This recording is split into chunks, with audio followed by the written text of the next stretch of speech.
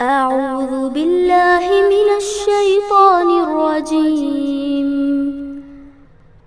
بسم الله الرحمن الرحيم.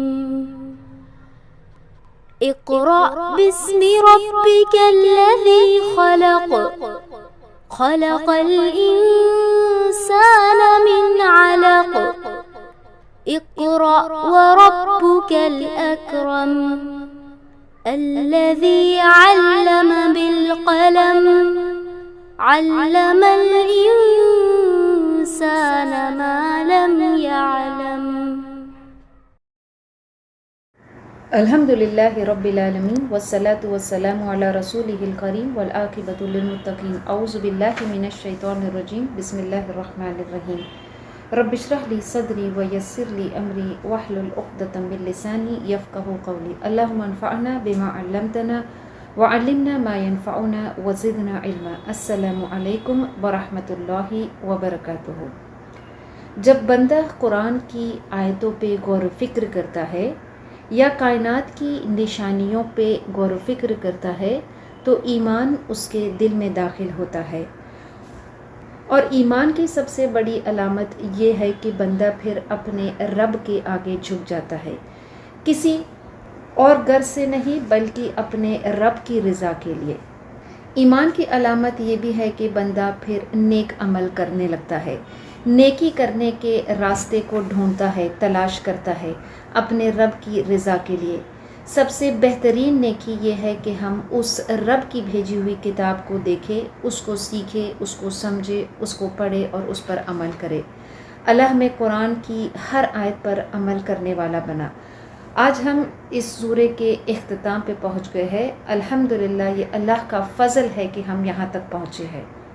اللہ سے دعا ہے کہ اللہ ہمیں اسی طرح پورے قرآن سے گزارے. آیت نمبر 159 سے شروع کرتے ہیں. اعوذ باللہ من الشیطان الرجیم. بسم اللہ الرحمن الرحیم. ان الذین فرقوا دینہم وکانوا شیعا لست منہم فی شیء انما امرہم الی اللہ ثم ینبئہم بما کانوا یفعلون. ان الذین بے شک جن لوگوں نے فرقوا تفرقہ کر ڈالا ہے، فرق کر دیا ہے، دینہم اپنا دین، وَكَانُوا اور وہ ہو گئے، شِيَعًا وہ گروہ گروہ ہو گئے، لَسْتَ مِنْهُمْ فِي شَيْءٍ نہیں ہے آپ کو ان سے کسی چیز میں کوئی تعلق نہیں ہے. اِنَّمَا أَمْرُهُمْ إِلَى اللَّهِ فقط ان کا معاملہ إِلَى اللَّهِ اللہ کے حوالے ہے. ان کا معاملہ جو ہے وہ بس اللہ کے حوالے ہے. ثُمَّ پھر يُنَبِّئُهُمْ وہ جتلا دے گا انہیں بما کانوا یفعلون وہ جو کرتے تھے. جیسا ہم نے دیکھا کہ اب تک اللہ نے واضح کر دیا کہ بہت ساری نشانیاں اللہ نے ان کو دکھائے. تفصیل سے ساری نشانیاں ان کو دکھانے کے بعد اس نتیجے پر پہنچے ہیں کہ ان کا اور ہمارا راستہ دونوں الگ ہے. تو سورے میں یہاں یہ چیز اللہ یہاں بیان کرتا ہے کہ نبی صلی اللہ علیہ وسلم کا جو راستہ ہے، جو دین ہے، جو طریقہ ہے، وہ ان کے طریقے سے الگ ہے. جس کی بنیاد کیا ہے کہ اللہ کے رسول صلی اللہ علیہ وسلم جس دین کی طرف ان کو دعوت دے رہے ہیں، وہ دین اس کا بیسک پرنسپل، اس کا فنڈامنٹل پرنسپل یہ ہے کہ تم ایک اللہ کی عبادت کرو، اس کے ساتھ کسی کو شریک نہ ٹھہراؤ. اور اللہ کا یہ the unity of اللہ یہ صرف عبادت کے معاملات میں نہیں ہے بلکہ سارے قانون بھی اللہ کا ہی ہے. وہی ہے کہ جو سارے قانون بھی بھیجتا ہے اور اس بات کو بالکل واضح کرتا ہے کہ تم اسی کی طرف لوٹ کر جاؤ گے، اور جب تم اس کی طرف لوٹ کر جاؤ گے تو پھر وہ تمہیں ان ساری چیزوں کا حساب بتائے گا جو تم نے اس دنیا میں کیا ہے. تو جو لوگ فرق کرتے ہیں، کس چیز میں فرق کرتے ہیں؟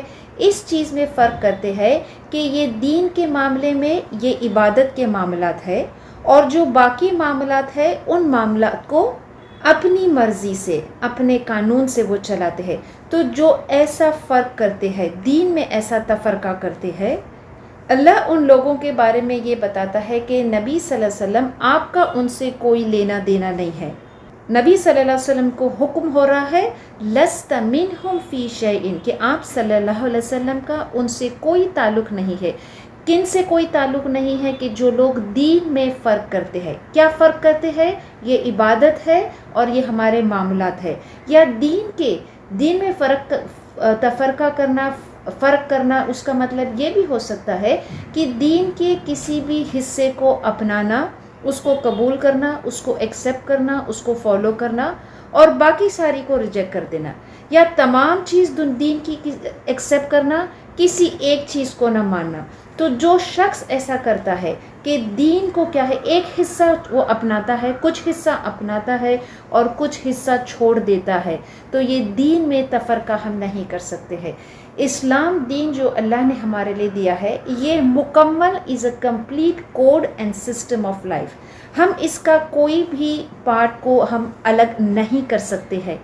ہماری اپنی مرضی سے، اپنی خواہشات کے حساب سے کہ جو چیز ہمیں سوٹیبل لگتا ہے، ہمیں پسند آتا ہے، جن احکام کو فالو کرنا ایزی ہے، ہم اس کو ایکسیپٹ کرتے ہیں، ہم اس کو دین کا حصہ سمجھتے ہیں اور باقی جو چیز ہمارے لیے مشکل ہوتا ہے اس کو چھوڑ دیتے ہیں. یا ایسا بھی ہوتا ہے کہ دین کو ہم مکمل کچھ دنوں کے لیے فالو کرتے ہیں، شاید رمضان میں کرتے ہیں، جب حج پر جاتے ہیں، جب کوئی مصیبت آتی ہے تو we are very religious at that time. لیکن باقی دنوں میں جب ہم پر کوئی مشکل نہیں رہتی ہے، جب ہمیں آسانی دیتا ہے اللہ، جب ہمیں کوئی تکلیف نہیں ہوتی ہے، تو ہم اپنی مرضی سے زندگی گزارتے ہیں. ہم دین میں ایسا تفرقہ نہیں کر سکتے ہیں. دین کے کچھ حصوں کو اپنانا، کچھ حصوں کو چھوڑ دینا، دین کو کچھ وقت کے لیے فالو کرنا اور باقی دنوں میں اس کو چھوڑ دینا. اسلام دین ایسا ہے کہ ہمیں اس کو we have to follow the complete code and the system at all times in all circumstances. ہر وقت پورے مکمل دین کو کیا ہے، فالو کرنا ہے. تو جو ایسا تفرقہ کرتے ہیں، یہ تفرقہ تو یہود اور نصارہ نے کرے تھے. انہوں نے اپنے دین کو کیا کیا تھا، جدا کر دیا تھا. انہوں نے اپنے دین کو they had divided their religion into sects. یہ اللہ کا دین ہے. اللہ نے اس دین الاسلام کو ہمارے لیے پسند کیا ہے. تو جو شخص کامیاب ہونا چاہتا ہے، اللہ اس آیت کے ذریعے سے یہ بتاتا ہے کہ اگر کوئی شخص دین میں تفرقہ کرتا ہے تو پھر وہ کامیاب نہیں ہو سکتا. کیوں کامیاب نہیں ہو سکتا؟ کیونکہ اللہ کے رسول صلی اللہ علیہ وسلم کا پھر اس سے کوئی تعلق نہیں رہے گا. وَكَانُوا شِيَعًا، کہ جو دین میں تفرقہ ڈالتے ہیں، دین کو الگ الگ ٹکڑے میں تقسیم کرتے ہیں، تو اللہ کے رسول صلی اللہ علیہ وسلم کو کہا جا رہا ہے کہ آپ کا ان سے کوئی تعلق نہیں ہے. انما امرہم الی اللہ، تو ایسے لوگوں کا کہ جن سے آپ کا کوئی تعلق نہیں ہے، اللہ ول ڈیل ود دم، ان کا معاملہ جو ہے اللہ کے حوالے ہے. ثم ینبئکم، اب اللہ ان کے ساتھ کیا معاملہ کرتا ہے، ثم ینبئہم بما کانوا یفعلون. یہ تو ہمیں اس وقت پتہ چلے گا کہ جب اللہ کے پاس وہ لوٹ کر جائیں گے، اور پھر اللہ ان کو جتلا دے گا ان ساری باتوں کا، ان ساری چیزوں کا، کہ ان سارے تفرقوں کا جو انہوں نے دین میں کیا تھا، یہ ساری بات اللہ ان کو اس دن جتا دے گا کہ اصل دین کیا چیز تھا اور انہوں نے دین کو کیا کر ڈالا تھا، انہوں نے دین کو کیسے بدل دیا تھا. تو اس سورے کے ذریعے سے ہمیں یہ اللہ بار بار یہ بتاتا ہے کہ ہم دین الاسلام کو مکمل، جو اللہ کے احکامات اللہ نے نازل کیا ہے، ہم اس میں کوئی تبدیلی نہیں کر سکتے ہیں. اپنی خواہشات سے، اپنی مرضی کے مطابق اس دین کو، اللہ کی کتاب کو، اس کے احکامات کو کیسے فالو کرنا ہے، مکمل پورا کا پورا کرنا ہے، اس میں کوئی تفرقہ نہیں کرنا ہے. اور اللہ بتاتا ہے کہ اللہ ان کے ساتھ کیا ہے، کیا معاملہ کرے گا. اللہ اس دن ان کو جتلا دے گا، اس دن اللہ ان کو بتائے گا کیا چیز، بما کانوا یفعلون، کہ وہ جو کرتے تھے. اور اللہ ان کو اس دن جو ہے، جب اللہ جب حساب کتاب کرے گا، تو اس دن کسی پہ کوئی ظلم نہیں ہوگا. ہر شخص کو اپنے کیے کا اس کو سزا یا جزا ملے گی. من جاء بالحسنۃ فلہ عشر امثالھا ومن جاء بالسیئۃ فلا یجزى الا مثلها وهم لا یظلمون. من جاء، بس جو لایا، بالحسنۃ، کوئی نیکی، کوئی شخص جو نیکی لایا، فلہ، تو اس کے لیے، عشر امثالھا، اس کے لیے کیا ہے، اللہ اس جیسی، اس برابر اللہ اس کو 10 نیکی عطا کرے گا، 10 جزا، 10 ریوارڈ اس کو عطا کرے گا. ومن جاء، اور جو لایا، جو آیا، بالسیئۃ، کوئی برائی لے کر آیا، تو اس کو کتنا اجر دے گا، اس کو کتنی برائی کا اس کو بھرپائی کرنا پڑے گا. فلا یجزا، اتنا ہی بدلہ اس کو ملے گا کہ جتنا اس نے، الا مثلہا، مگر اس کے برابر ہی اس کو کیا ہے، اس کی سزا دی جائے گی، وہم لا یظلمون، اور کسی پہ ظلم نہیں ہوگا۔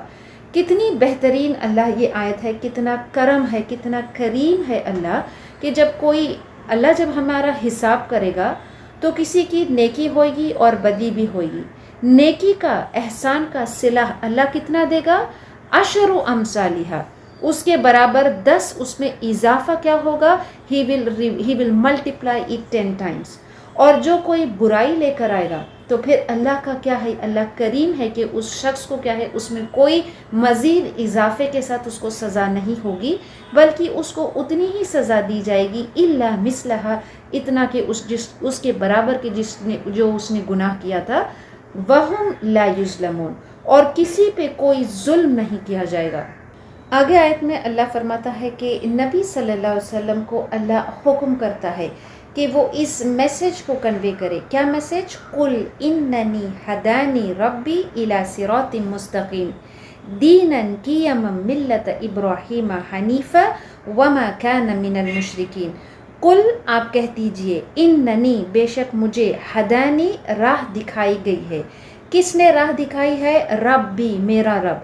کس راہ؟ الی صراط مستقیم، سیدھے راستے کی طرف۔ اللہ کے رسول صلی اللہ علیہ وسلم کو حکم ہو رہا ہے کہ آپ ان کو کیا ہے، یہ بات کنوے کر دے، یہ میسج کنوے کر دے کہ میں اپنے رب کی طرف سے ہدایت پر ہوں۔ قل اننی ہدانی ربی الی صراط مستقیم۔ اور یہ سیدھا راستہ کیسا ہے، اس کی مزید وضاحت اللہ کرتا ہے کہ یہ ایسا طریقہ ہے، یہ ایسا صراط المستقیم ہے، یہ ایسا دین ہے، یہ ایسا راستہ ہے، دینن قیمن، کیسا راستہ ہے، سیدھا راستہ ہے۔ اور یہ کون سا راستہ ہے؟ وہی راستہ ہے، وہی طریقہ ہے، وہی ملت ہے، ملت ابراہیم حنیفہ۔ کس کا طریقہ ہے، کس کا دین، کس کا راستہ ہے؟ ابراہیم علیہ السلام کے ملت کا طریقہ ہے، ابراہیم علیہ السلام کا راستہ ہے۔ اور وہ راستہ کیسا ہے؟ ابراہیم علیہ السلام کا لقب یہاں پہ بتایا گیا ہے کہ وہ ایک ہو کر، یکسو ہو کر رہنے والے تھے، حنیفاً وما کان من المشرکین، اور وہ مشرکوں میں سے نہیں تھے۔ کتنی بہترین طریقے سے اس سورے کا اختتام ہو رہا ہے کہ یہ ساری چیز کا نچوڑ کہ اللہ کے رسول صلی اللہ علیہ وسلم کو جو حکم ہو رہا تھا کہ آپ مشرکوں سے یہ کہہ دے کہ اللہ ایک ہے، اس کے سوا کوئی نہیں ہے، اللہ کے ساتھ وہ شریک کیسے ٹھہراتے ہیں، یہ ساری کائنات کی نشانیوں پہ کیا غور و فکر نہیں کرتے ہیں۔ اور اس کے بعد یہ میسج کنوے کرنے کے لیے کہ میں ہدایت پر ہوں، اور مجھے ہدایت کس نے دی ہے؟ مجھے ہدایت دی ہے اللہ نے۔ اور یہ ہدایت کا راستہ، یہ صراط المستقیم، جس میں کوئی ٹیڑھ نہیں ہے، جس میں کوئی کجی نہیں ہے، یہ کیسا راستہ ہے؟ قیمن، یہ سیدھا راستہ ہے، بالکل سیدھا راستہ ہے۔ اور یہ کس کا راستہ ہے؟ ابراہیم علیہ السلام کے ملت کا راستہ ہے۔ جیسے ہم سورہ البقرہ میں بھی ہم نے جب پڑھے تھے کہ اللہ کے جو دین کا، اللہ نے جو ابراہیم علیہ السلام کو جو طریقہ دیا تھا کہ اس طریقے سے، اس ملت سے وہی انسان منہ موڑ سکتا ہے کہ جو کیسا شخص ہے، جو بے وقوف ہے۔ وَمَن يَرْغَبُ عَن مِّلَّةِ إِبْرَاهِيمَ إِلَّا مَن سَفِيَ نَفْسَهُ، تو یہ ملت ابراہیم کی طرف سے وہی شخص منہ موڑتا ہے کہ جو کیسا شخص ہے، کہ جو شخص بالکل بے وقوف شخص ہے۔ قرآن میں جب بھی ابراہیم علیہ السلام کا جب مینشن ہوتا ہے تو اللہ یہ بتاتا ہے کہ وہ کیسے تھے، وہ مشرکوں میں سے نہیں تھے۔ سورہ حج کی آخری جو آیت ہے اس میں اللہ فرماتا ہے کہ تم جہاد کرو اللہ کے لیے، حق کا جہادی ہی۔ اور یہ جو دین ہے کہ یہ دین کو تمہارے لیے کس نے پسند کیا ہے؟ اللہ نے پسند کیا ہے۔ اور اس دین میں کیا ہے؟ اس دین میں کوئی حرج نہیں ہے، کوئی کجی نہیں ہے، کوئی مشکل، کوئی ڈیفیکلٹی نہیں ہے۔ اور پھر اللہ فرماتا ہے کہ یہ کون سا دین ہے؟ ملت ابیکم ابراہیم، کہ یہ تمہارے باپ ابراہیم علیہ السلام کی کیا ہے؟ ملت کا طریقہ ہے۔ هو سماکم المسلمین، اور اللہ فرماتا ہے کہ اللہ نے یہ دین کو تمہارے لیے پسند کیا ہے، اللہ نے تمہارا نام مسلم رکھا ہے، اللہ نے تمہارے لیے اس دین کو پسند کیا ہے۔ اور سورہ نحل میں اللہ فرماتا ہے کہ ابراہیم علیہ السلام تو کیسے ماڈل تھے، کیسے مثال تھے، ان ابراہیم کان امتن قانتا للہ، ابراہیم علیہ السلام اپنے آپ میں خود کیسے تھے، کیسی مثال تھی، ایک امت کے برابر تھے۔ تو اللہ کے رسول صلی اللہ علیہ وسلم کو یہ حکم ہو رہا ہے کہ وہ اس دین کی، اس ملت کی، ابراہیم علیہ السلام کی ملت کی پیروی کرنے والے ہیں، اور وہ ان مشرکین کو اس بات کی وضاحت کر دے کہ وہ بھی ابراہیم علیہ السلام کی طرح اس ملت کی، اس سیدھے راستے کی پیروی کرنے والے ہیں۔ وہ راستہ، وہ طریقہ جو کیسا ہے، جس میں کوئی ٹیڑھ نہیں ہے، جس میں کوئی کجی نہیں ہے، اور وہ ایک ہی سیدھا راستہ ہے۔ اور وہ سیدھا راستہ صرف یہ نہیں ہے کہ تم ایک اللہ کو مانو، بلکہ یہ کہ تم ایک اللہ کے سوا کسی اور کو نہیں ماننا ہے، کسی اور کی عبادت نہیں کرنا ہے، اللہ کے ساتھ کسی کو شریک نہیں ٹھہرانا ہے، جیسے ابراہیم علیہ السلام تھے۔ وَمَا كَانَ مِنَ الْمُشْرِكِينَ۔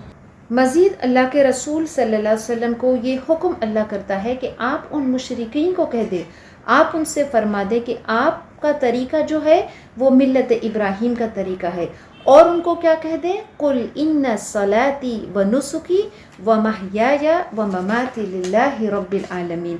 کل آپ کہہ دیجئے، ان بے شک، صلاتی بے شک میری نماز، ونسکی میری قربانی، ومحیایا اور میرا جینا، میری حیات، ومماتی اور میرا مرنا، للہ اللہ کے لیے ہے، اور وہ کیسا ہے، رب العالمین۔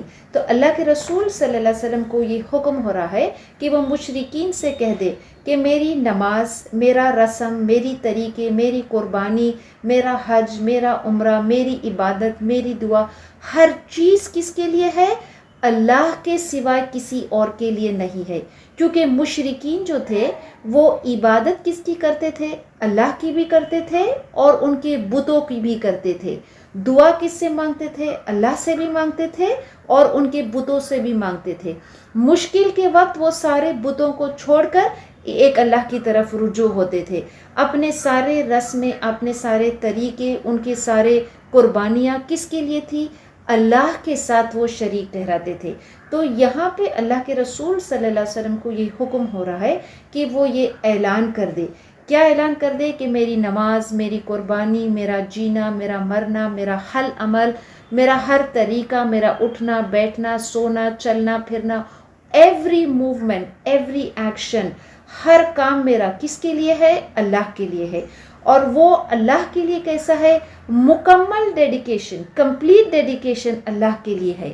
وہ رب جس نے ہمیں پیدا کیا ہے، وہ رب جو ہماری ساری اس کائنات کو چلاتا ہے، جو ہمیں تھامے رکھا ہے، جو ہمارے سارے معاملات کو چلاتا ہے، the one who sustains and controls us، یہ ایسی مکمل اطاعت کہ پھر اس کے بعد بندے کے اختیار میں کچھ نہیں ہوتا سوائے یہ کہ وہ کمپلیٹلی ہی ڈیڈیکیٹس ہمسیلف ٹو اللہ۔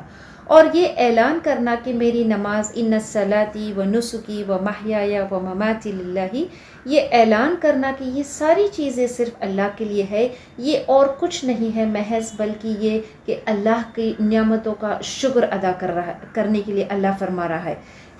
کس بات کا شکر ادا کرنے، کہ اللہ نے جب اللہ کے رسول صلی اللہ علیہ وسلم کو حکم ہوا کہ آپ ان مشرکین سے کہہ دے کہ مجھے ہدایت دینے والا، قل اننی ہدانی ربی، کہ مجھے ہدایت دینے والا کون ہے، میرا رب ہے، اس سیدھے راستے کی طرف۔ تو یہ اعلان کرنا کہ میری نماز، میرا جینا، میرا مرنا، میری ساری چیزیں، ہر چیز، ایوری تھنگ ڈیڈیکیٹڈ ٹو اللہ، اٹ سگنیفائز دیٹ اللہ کے رسول صلی اللہ علیہ وسلم کو یہ حکم ہو رہا ہے کہ وہ اپنی اس شکر گزاری کو اللہ کے آگے پیش کرے کہ اللہ نے آپ کو اس سیدھے راستے کی ہدایت دی۔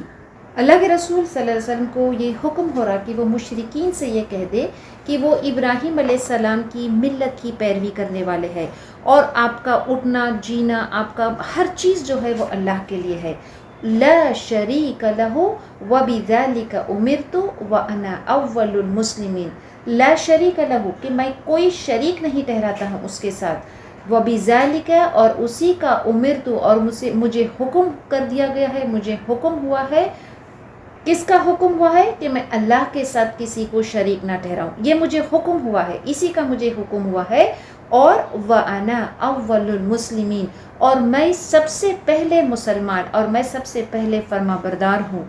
اللہ نے سارے نبیوں کو یہ ایک ہی پیغام، یہ ایک ہی مشن کے لیے بھیجا کہ وہ لوگوں کو ایک اللہ، ایک رب کی عبادت کی طرف بلائے اور اس کے ساتھ کسی کو شریک نہ ٹھہرائے۔ جیسے البقرہ میں بھی ہم نے پڑھا تھا کہ آپ قولوا آمنا باللہ، کہ آپ کہہ دیجئے کہ ہم کیا ہے، ہم ایمان لائے اللہ پر، وما انزل الینا، اور جو ہم پر، اور جو نازل کیا گیا ہم پر، وما انزل الی ابراہیم و اسماعیل و اسحاق و یعقوب والاسباط وما اوتی موسی و عیسی وما اوتی النبیون من ربهم لا نفرق بین احد منہ ونحن لہ مسلمون۔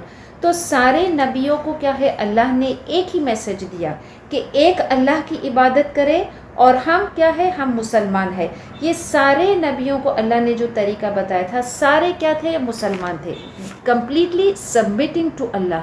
لیکن جو یہود اور نصارہ تھے، انہوں نے کیا کر دیا تھا، انہوں نے اپنے دین میں بگاڑ پیدا کر دیا تھا۔ جیسے اسی البقرہ میں اسی ایک آیت سے پہلے اللہ فرماتا ہے کہ یہود اور نصارہ وہ کیا کہتے ہیں، وَقَالُوا كُونُوا هُودًا أَوْ نَصَارَىٰ، کہ تم یہود اور نصارہ ہو جاؤ، تَهْتَدُوا، تب تم ہدایت پاؤ گے۔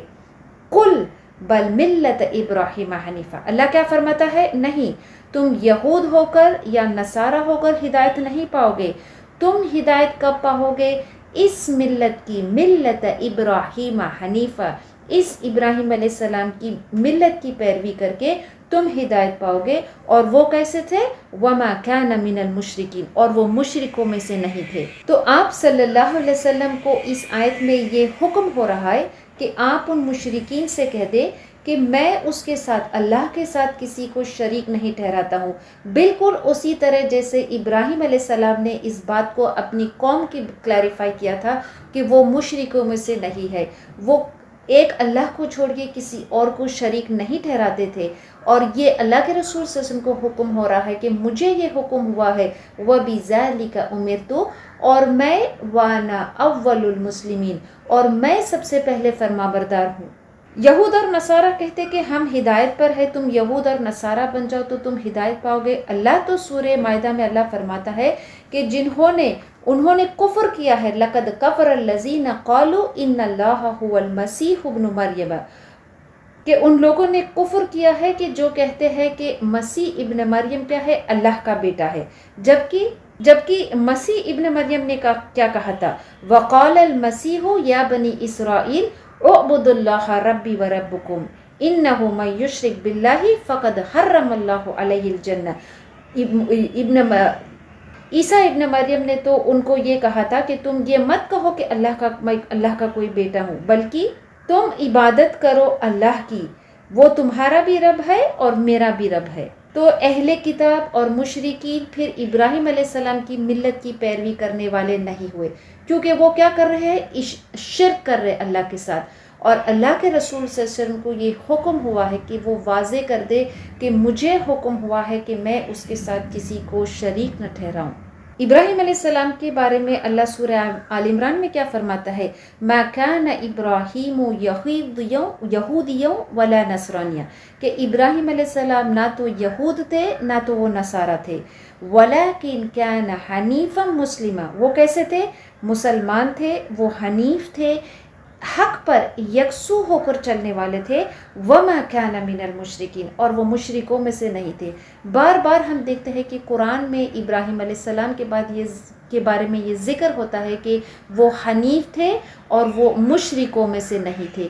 اسی سورہ میں بھی ہم نے پڑھا تھا کہ ابراہیم علیہ السلام کیا کہتے ہیں، انی وجہت وجہی للذی فطر السماوات والارض حنیفا وما انا من المشرکین، کہ میں تو اپنا رخ، اپنا چہرہ کس کی طرف موڑ دیا ہوں، اس رب کی طرف جو زمین اور آسمان کا بنانے والا ہے، اور میں یکسو ہو کر، میں اس رب کی طرف اپنا منہ موڑتا ہوں اور میں مشرکوں میں سے نہیں ہوں۔ اور جب ابراہیم علیہ السلام خانہ کعبہ کی تعمیر کر رہے تھے اسماعیل علیہ السلام کے ساتھ، تو انہوں نے اللہ کے سامنے کیا دعا کی تھی؟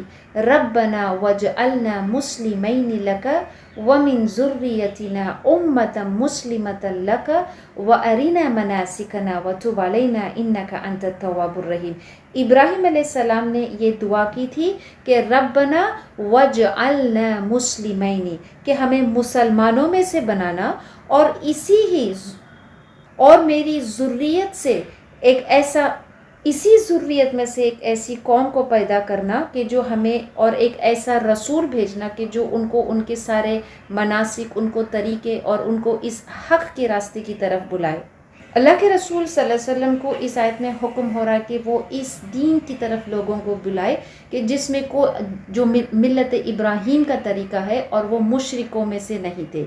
اور یہ دین جو ہے، اللہ کے رسول صلی اللہ علیہ وسلم کو جو دین دیا گیا تھا، اس کے سوا اللہ کے نزدیک اور کوئی طریقہ، کوئی راستہ قابل قبول نہیں ہے، کہ جیسے سورہ آل عمران میں بھی اللہ فرماتا ہے ان الدین عند اللہ الاسلام، اللہ کے نزدیک جو پسندیدہ طریقہ ہے وہ ہے اسلام۔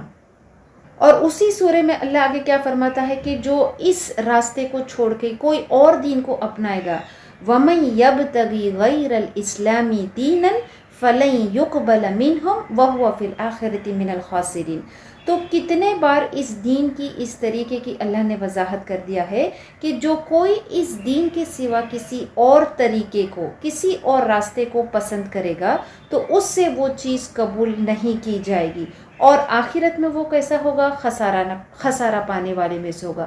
تو اس آیت کے ذریعے سے وہ ساری وضاحت اللہ نے کر دی ہے کہ تم ان مشرکوں سے کہہ دو کہ میں اس راستے کی پیروی کرتا ہوں جو ملت ابراہیم کا طریقہ ہے، اور مجھے تو یہ ہدایت دی گئی ہے کہ میں اس راستے کی پیروی کروں۔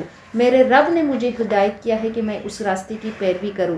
میرے رب نے کہا ہے کہ میں یہ اس بات کا اعلان کروں کہ میں اس کے سوا کسی اور کو نہیں پکارتا ہوں۔ میری نماز، میری قربانی، میرا جینا، میرا مرنا سب اللہ کے لیے ہے، اور میں اس کے ساتھ کسی کو شریک نہیں ٹھہراتا ہوں۔ مجھے یہ حکم ہوا ہے اور میں سب سے پہلے مسلمان ہوں۔ یہ وہ دین ہے، یہ وہ طریقہ ہے جس کے بارے میں اللہ سورہ مائدہ میں فرماتا ہے کہ یہ طریقہ جو ہے، اللہ کے رسول صلی اللہ علیہ وسلم کو جو دین دیا گیا تھا، وہ دین اب مکمل ہو گیا ہے۔ اب اس میں کوئی تبدیلی نہیں ہوگی، اس میں کوئی چیز نہ بڑھایا جائے گا، نہ اس دین سے کوئی حصے کو کم کیا جائے گا۔ تو اس آیت میں اللہ کے رسول صلی اللہ علیہ وسلم کو یہ حکم ہو رہا ہے کہ میں سب سے پہلے فرما بردار ہوں۔ اس کا مطلب یہ ہے کہ مجھے جب اس بات کا حکم دیا گیا ہے کہ میں ایک اللہ کی عبادت کروں، تو میں اس حکم کو فوراً ہی ماننے کے لیے تیار ہوں۔ I am the first one to surrender to Allah، اور میں سب سے پہلا ہوں کہ میں اس طریقے کو اپوز کرتا ہوں، اس طریقے کی مخالفت کرتا ہوں کہ جو اللہ کے ساتھ شریک ٹھہراتے ہیں۔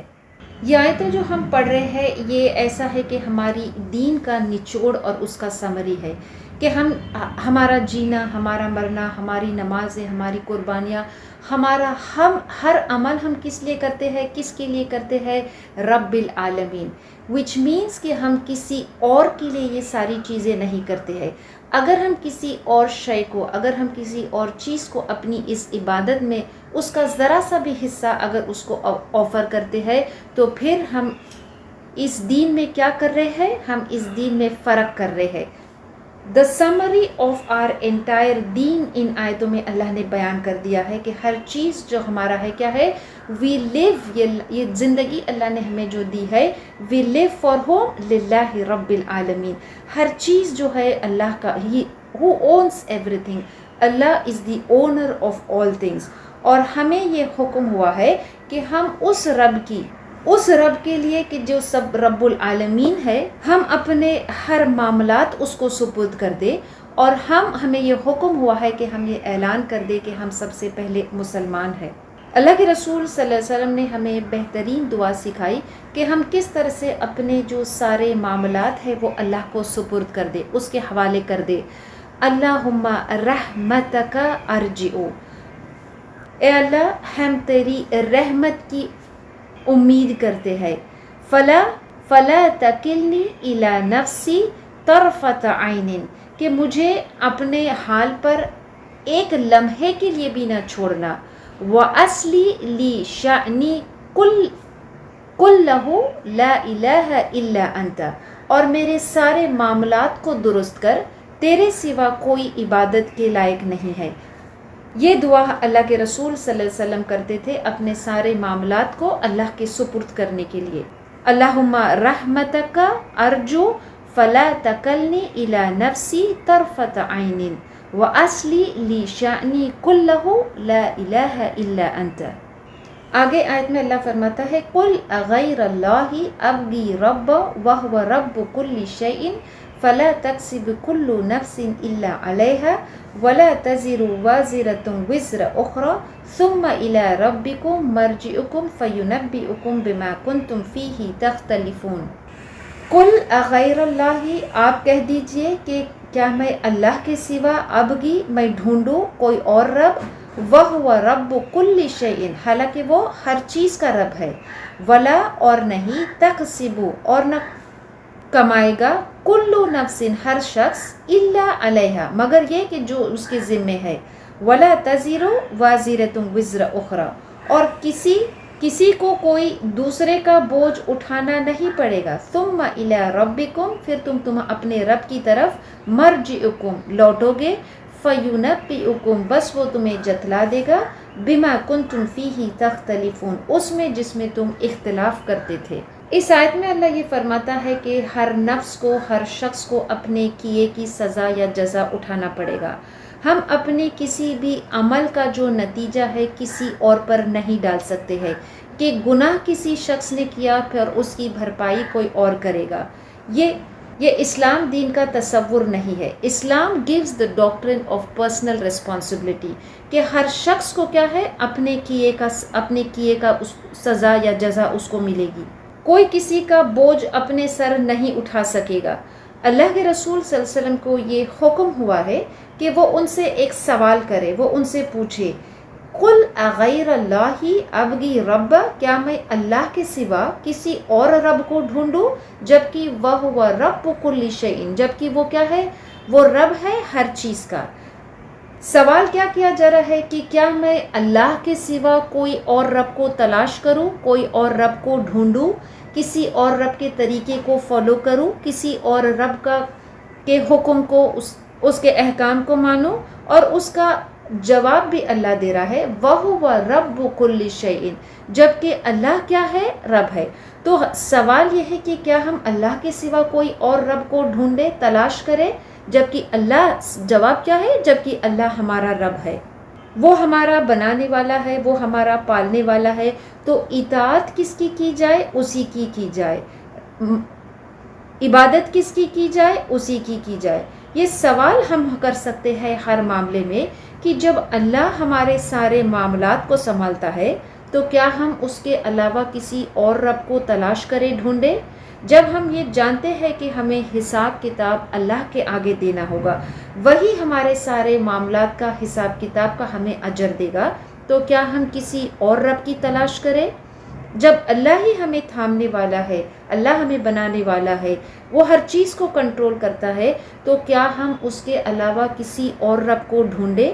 جب ہم جانتے ہیں کہ اللہ فرماتا ہے کہ ہم اپنے سارے کیے کا، ہر نفس کو کیا ہے، اس کو اپنے کیے کی جواب دینا ہوگا، تو کیا ہم اس رب کے علاوہ کسی اور رب کو تلاش کر سکتے ہیں، کسی اور کو اپنا رب مان سکتے ہیں؟ ہم جانتے ہیں کہ ہم اپنی جو ذمہ داری ہے، جو رسپانسبلٹی، پرسنل رسپانسبلٹی اللہ نے ہر شخص کو جو دی ہے، ہم اس کا بوجھ کسی اور پر نہیں ڈال سکتے ہیں۔ اللہ نے اس بات کی وضاحت کی ہے، تو کیا یہ جاننے کے بعد ہم اللہ کے سوا کسی اور رب کو ڈھونڈ سکتے ہیں، کسی اور کو اپنا رب مان سکتے ہیں؟ جب ہم جانتے ہیں کہ ہم اللہ کے پاس ثم الی ربکم مرجعکم، کہ ہم جانتے ہیں کہ ہمارا لوٹنا جب اسی رب کے پاس ہے اور وہ ہمیں ہر چیز کا بتا دے گا کہ ہم نے کیا کیا ہے، تو کیا ہم اس رب کے علاوہ کسی اور کو اپنا رب مان سکتے ہیں؟ اللہ نے ہمیں انسانوں کو اس زمین پر بھیجا ہے، اس زمین کا وارث بنا کے، تو کیا ہم اللہ کے سوا کسی اور کو اپنا رب مان سکتے ہیں؟ اللہ ہی ہے جس نے ہمیں وہ ساری صلاحیتیں دی ہے، جسمانی صلاحیتیں دی ہے، فزیکل مینٹل ایبیلٹیز دیا ہے، اس کی ساری کائنات کی نشانیوں پر غور و فکر کرنے، یہ قرآن کی آیتوں پہ غور و فکر کرنے، اس حق کی طرف جو ہمیں راستہ دکھاتا ہے۔ تو کیا ہم اللہ کے سوا کسی اور کو اپنا رب مان سکتے ہیں؟ جب ہم جانتے ہیں کہ یہ سارا کچھ اللہ نے جو ہمیں دیا ہے وہ ہماری آزمائش کے لیے ہے، تاکہ ہم اللہ معلوم کرے کہ ہم میں سے کون شکر کرنے والا ہے اور کون ناشکری۔ تو کیا ہم اللہ کے سوا کسی اور کو اپنا رب مان سکتے ہیں؟ جب ہم جانتے ہیں کہ اللہ کے سوا کوئی ہمارے گناہوں کی مغفرت کرنے والا نہیں ہے، جب ہم جانتے ہیں کہ اللہ کے سوا ہم کسی اور سے رجوع نہیں کر سکتے ہیں، تو کیا ہم اللہ کے سوا کسی اور کو اپنا رب مان سکتے ہیں؟ اللہ کسی بھی نفس کو اس کی وسعت سے زیادہ اس پر کوئی بوجھ نہیں ڈالے گا۔ اللہ کا جو ہر فیصلہ ہوگا اس دن وہ حق پر ہوگا، اللہ کا ہر فیصلے میں انصاف ہوگا، کسی پہ کوئی قسم کا ظلم نہیں ہوگا۔ سورہ فاطر میں بھی اللہ فرماتا ہے وَلَا تَزِرُ وَازِرَةٌ وِزْرَ أُخْرَى، کہ اس دن کیا ہے، کوئی کسی کا بوجھ برڈن نہیں اٹھا سکے گا، اللہ کسی پہ ظلم نہیں کرے گا۔ سورہ طہ میں اللہ فرماتا ہے وَمَن يَعْمَلْ مِنَ الصَّالِحَاتِ وَهُوَ مُؤْمِنٌ فَلَا يَخَافُ ظُلْمًا وَلَا حَزْمًا، کہ اللہ کسی پہ کوئی قسم کی ناانصافی نہیں کرے گا اس دن۔ اور جیسے سورہ مدثر میں بھی اللہ فرماتا ہے کُلُّ نَفْسٍ بِمَا كَسَبَتْ رَهِنَةٌ، ہر سول کو ہر نفس کو کیا ملے گا؟ وہ جو اس نے کمایا ہے۔ تو قرآن میں اور بہت سی بے شمار آیتیں ہیں جو ہمیں یہ بتاتی ہیں کہ اللہ اس دن کسی پر ظلم نہیں کرے گا، ہر نفس کو اس کے کیے کی سزا یا جزا ملے گی، اور اس دن ہمیں اللہ فَيُنَبِّئُكُم بِمَا كُنتُمْ فِيهِ تَخْتَلِفُونَ۔ آگے آیت میں اللہ فرماتا ہے، اور جو اس سورے کی آخری آیت ہے وَهُوَ الَّذِي جَعَلَ لَكُمْ خَلَائِفَ الْأَرْضِ وَرَفَعَ بَعْضَكُمْ فَوْقَ بَعْضٍ دَرَجَاتٍ لِيَبْلُوَكُمْ فِي مَا آتَاكُمْ إِنَّ رَبَّكَ سَرِيعُ الْعِقَابِ وَإِنَّهُ لَغَفُورٌ رَحِيمٌ۔ وَهُوَ الَّذِي، اور وہی ہے، جَعَلَكُمْ، اس نے بنایا ہے، خلائف، نائب، الارض، زمین پر، اس نے تمہیں زمین پر کیا بنایا ہے؟ خلیفہ بنایا ہے، وَرَفَعَ، اور بلند کیے ہے، بَعْضُكُمْ فَوْقَ بَعْضٍ، بعض کو بعض پر اللہ نے بلند کیا ہے، درجے اس کے کیا ہے، اس کو بڑھایا ہے، درجات لِيَبْلُوَكُمْ فِي مَا آتَاكُمْ، جو درجے ہے جو اللہ نے ایک کو دوسرے پہ، بعض کو بعض پہ فوقیت دی ہے، کس لیے دی ہے یہ درجات، کس لیے دیا ہے؟ لِيَبْلُوَكُمْ فِي مَا آتَاكُمْ، تاکہ وہ تمہیں آزمائے، تاکہ وہ تمہیں ٹیسٹ کرے، فی ما آتاکم، جو تمہیں دیا گیا ہے اس میں تمہاری آزمائش کرے، ان ربک سریع العقاب، بے شک تمہارا رب کیا ہے؟ سریع العقاب، جلد حساب، جلد سزا دینے والا ہے، وَإِنَّهُ لَغَفُورٌ الرحیم، اور بے شک وہ یقیناً بخشنے والا اور نہایت مہربان ہے۔ اللہ اس آیت میں فرماتا ہے کہ اللہ نے ہمیں خلیفہ بنا کر اس زمین پر بھیجا ہے۔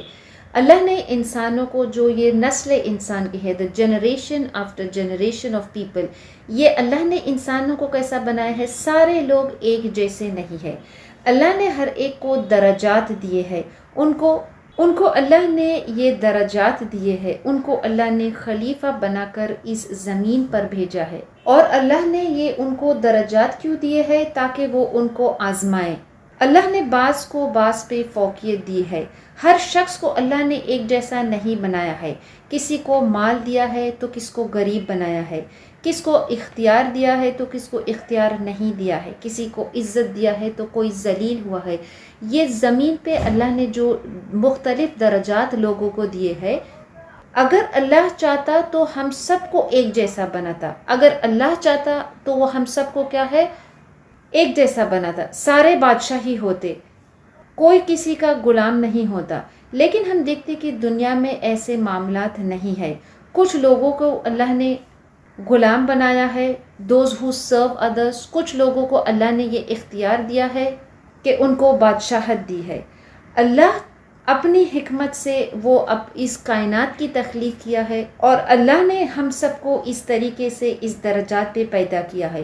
جو کچھ بھی اللہ نے ہمیں دیا ہے، اللہ فرماتا ہے کہ یہ ساری چیزیں ہمیں کس لیے دیا ہے؟ ہماری آزمائش کے لیے۔ تو ہر چیز جو انسان کو دی گئی ہے، ہر چیز جو ہمارے پاس ہے، چاہے وہ ہمارا مال ہے، پوزیشن ہے، اتھارٹی ہے، صحت ہے، اولاد ہے، علم ہے، یہ ساری چیزیں اللہ کی دی ہوئی نعمت ہے۔ اور یہ ساری چیزیں اللہ نے ہمیں کیوں دیا ہے؟ ایک آزمائش کے لیے دیا ہے۔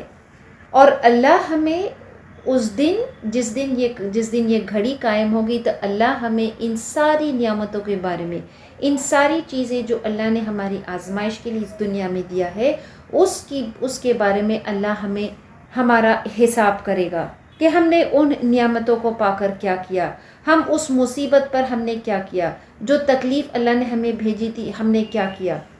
ہر چیز کا پوچھ ہوگی، ہر چیز کا جواب دینا ہوگا۔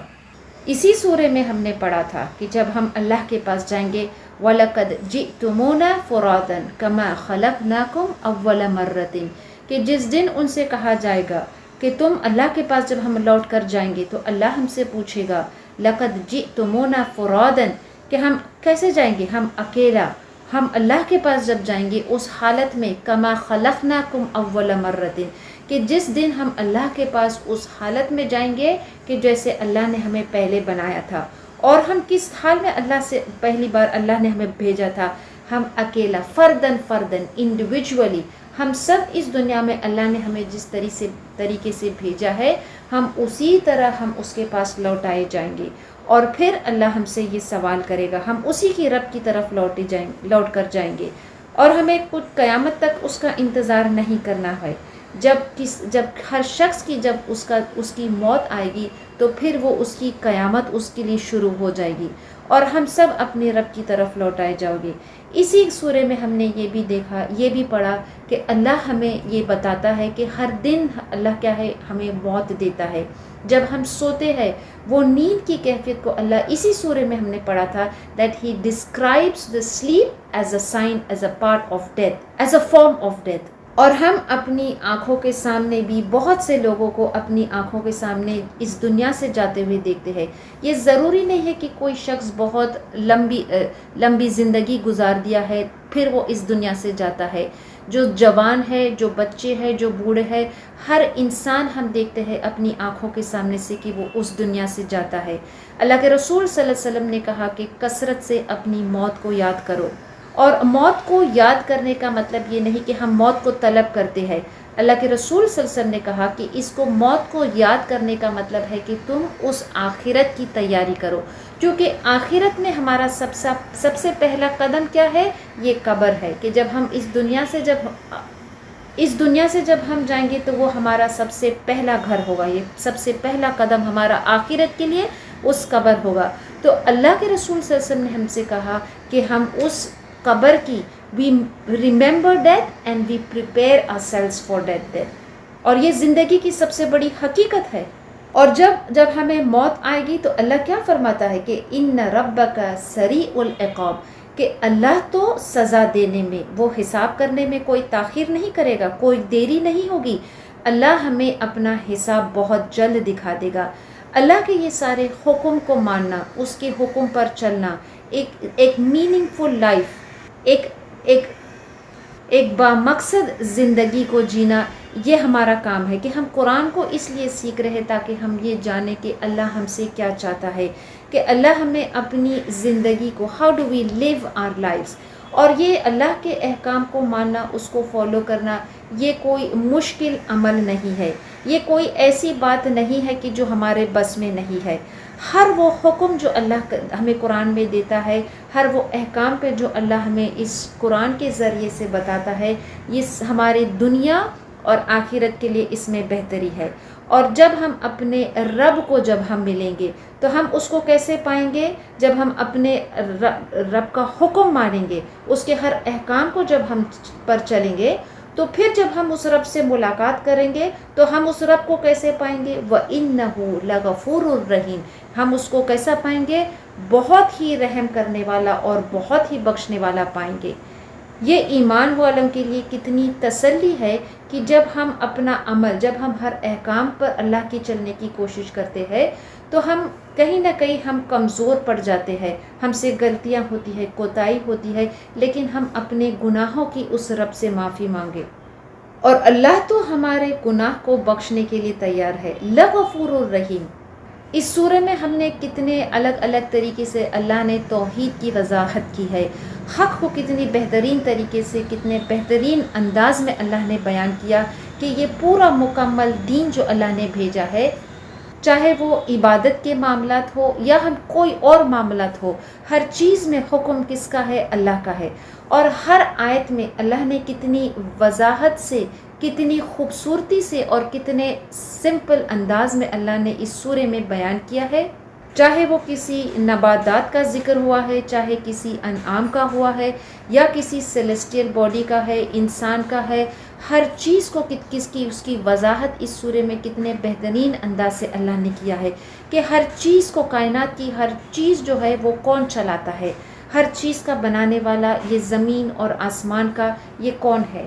اللہ بنانے والا ہے۔ اللہ نے یہ ساری چیزوں کو اپنے فضل سے بنایا ہے، اللہ نے یہ ساری چیزوں کو بہت خوبصورتی سے بنایا ہے، اس کی حکمت سے بنایا ہے، اس کی طاقت اور قدرت سے بنایا ہے۔ اسی سورہ میں اللہ نے ہمیں وہ مناظر بھی پیش کیا کہ جب سارے لوگوں کو اللہ جمع کرے گا، وہ کیسا وقت ہوگا؟ کچھ لوگوں کے لیے وہ خوشی کا وقت ہوگا اور کچھ لوگ خسارے میں ہوں گے اس دن۔ اور کتنی بہترین ڈھنگ سے یہ سورہ میں جو ہم 165 جو آیت ہم نے پڑھے ہے، یہ سارے دین کو، جو ہمارا دین ہے، the entire code of living, اور الگ الگ طریقے سے کتنی خوبصورتی سے اللہ نے یہ ساری آیتوں میں بیان کیا ہے۔ کتنے بہترین اور کتنے عظیم مظاہر اللہ نے ہمیں اس سورہ کے ذریعے سے پیش کیا ہے۔ اللہ کے سوا کوئی اور ایسا کلام نہیں بھیج سکتا ہے۔ یہ آیتیں، یہ سورہ، یہ قرآن جو ہم آج پڑھ رہے ہیں، کچھ لوگ تھے جو ہم سے پہلے یہ سب پڑھ کر گزر گئے ہیں۔ اللہ نے اس آیت میں کہا، آخری آیت میں، کہ وَهُوَ الَّذِي جَعَلَكُمْ خَلَائِفَ الْأَرْضِ، کہ اس نے تم کو کیسا بنا کر بھیجا ہے؟ خلیفہ بنا کر بھیجا ہے۔ خلیفہ مینس ایک one generation comes and then it goes and then another generation come, ایک کے بعد ایک کیا ہے، یہ زمین پر نایاب اللہ بھیجتا ہے، خلیفہ بنا کر بھیجتا ہے۔ ایک کچھ لوگ ہوتے ہیں، پھر وہ چلے جاتے ہیں، اور پھر کچھ لوگ ان کے بعد آنے والے ہیں۔ تو جس طرح سے آج ہم قرآن کو پڑھ رہے ہیں، اس کو سمجھ رہے ہیں، ہم سے پہلے بھی کچھ لوگوں نے ایسا عمل کیا ہوگا، لیکن آج وہ موجود نہیں ہے۔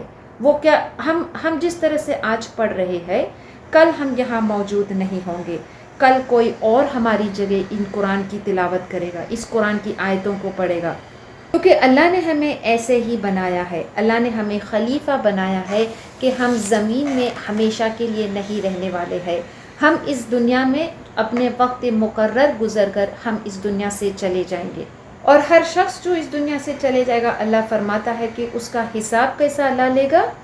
اس کا حساب اللہ بہت جلد لے گا۔ ان ربک سریع العقاب وانہ لغفور الرحیم۔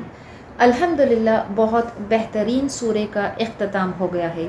اس سورہ کی شروعات کی تھی اللہ کی حمد سے، اللہ کی تعریف سے، الحمدللہ الذی خلق السماوات والارض، کہ تعریف ہے اس کی کہ جس نے ہر چیز کو بنایا ہے، زمین اور آسمان کو بنایا ہے۔ اور اس سورہ کا اختتام کیسا ہے کہ وہ رب جس نے زمین اور آسمان کو بنایا ہے، وہ رب کیسا ہے؟ وہ رب تو انہ لغفور الرحیم، وہ تو رحم کرنے والا ہے، بخشنے والا رب ہے۔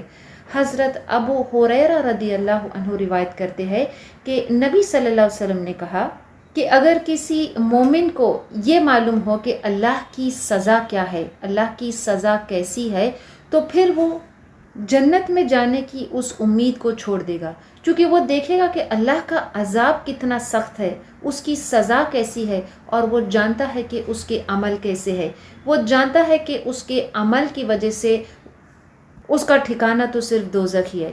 اور نبی صلی اللہ علیہ وسلم نے کہا کہ اگر کوئی کافر یہ دیکھ لے کہ اللہ کی رحمت کیسی ہے، تو پھر کوئی بھی نا امید نہیں ہوگا کہ وہ جنت میں جائے۔